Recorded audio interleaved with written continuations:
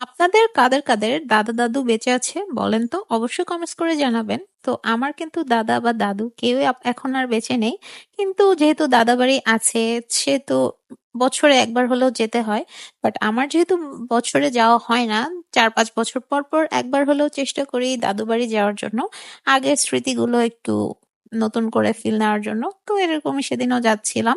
তো খাওয়া-দাওয়া শেষ করে আসলে আমি গাড়িতে বসেই খাচ্ছিলাম। তো একটার পর একটা খাওয়া হচ্ছিল। এর মাঝেই কিন্তু আমি বাইরের ভিউ গুলো দেখতে দেখতে যাচ্ছিলাম। মাশাআল্লাহ অনেক সুন্দর লাগতেছিল ভিউ গুলো। আর ওইটা কিন্তু ভুট্টা ক্ষেত ছিল। এখন চারপাশে যেয়ে দেখলাম, আমি যেই সিজনটাতে গিয়েছি, এই সিজনটাতে দেখলাম আশপাশে ভুট্টা ক্ষেতটাই এখন একদম।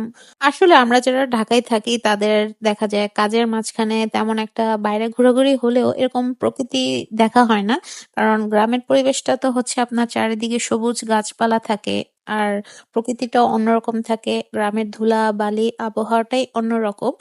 সেটা যেটা ঢাকার সাথে একদমই মিলবে না কখনোই।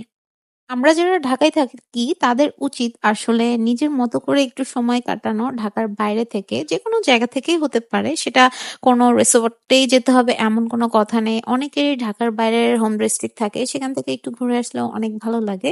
কারণ গ্রামের প্রকৃতিটা আসলে ফিল করার জন্য গ্রামেই যেতে হবে, সেটা ঢাকায় কখনোই সম্ভব না সেই ফিলটা নেওয়ার। যতই আমরা ফ্রেশ শাকসবজি খাই, যতই আমরা ফ্রেশ মাছ খাই, যতই আমরা ফ্রেশ খাবার খাই না কেন, বাট গ্রামের মানে ফিলটা গ্রাম ছাড়া কোথাও আসবে না। এই তো আমি কথা বলতে বলতে অলরেডি বাড়িতে চলে গিয়েছি। তো আমি আশপাশটা একটু ভিডিও করছিলাম, যেহেতু অনেক বছর পর গিয়েছি, দেখতেছি কি কি গাছ হয়েছে বা নতুন করে কোনো গাছ উঠেছে কিনা সেটাই আমি দেখতেছিলাম। আসলে গ্রামের এইসব জিনিসগুলো দেখতে আমার কাছে খুবই ভালো লাগে, তাই আমি একটু ভিডিও করে নিচ্ছিলাম। যেহেতু ভিডিও একটু করতেই হবে, তাই আমি সবকিছুই অল্প অল্প করে ক্লিপ নিচ্ছিলাম যে আশপাশটার কি অবস্থা বা এই ছবিগুলো ভিডিওগুলো খুবই সুন্দর আসতেছিল আশপাশে এসব দেখে। দেন আমি সেদিন আর ভিডিও করতে পারিনি। পরের দিন সকালে উঠে একটু বাজারে চলে যাই, কিছু টুকটাক বাজার করি।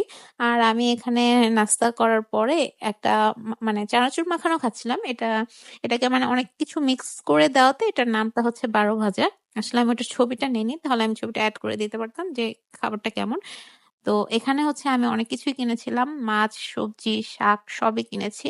যেহেতু একদম ফ্রেশ ছিল, এগুলো সকালে তুলেই ওরা বাজারে বিক্রি করে। সেইগুলোই আমি আসলে সকালে যেয়ে কিনে নিয়ে এসেছি।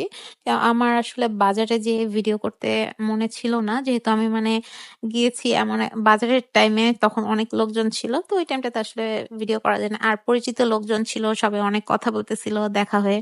তো এই তো আমি ওগুলো একটু ভিডিও করে এসে আমাদের বাড়ির পিছন সাইডটা একটু ভিডিও করতেছিলাম।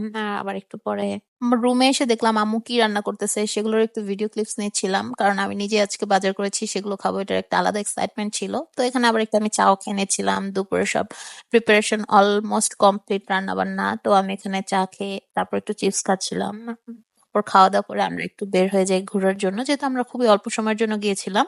আর এটা হচ্ছে আমি আলাদা করে কিন্তু ভিডিও আপলোড করেছি বালিয়াটি জমিদার বাড়ি, সেটা অবশ্যই আপনারা সবাই দেখবেন।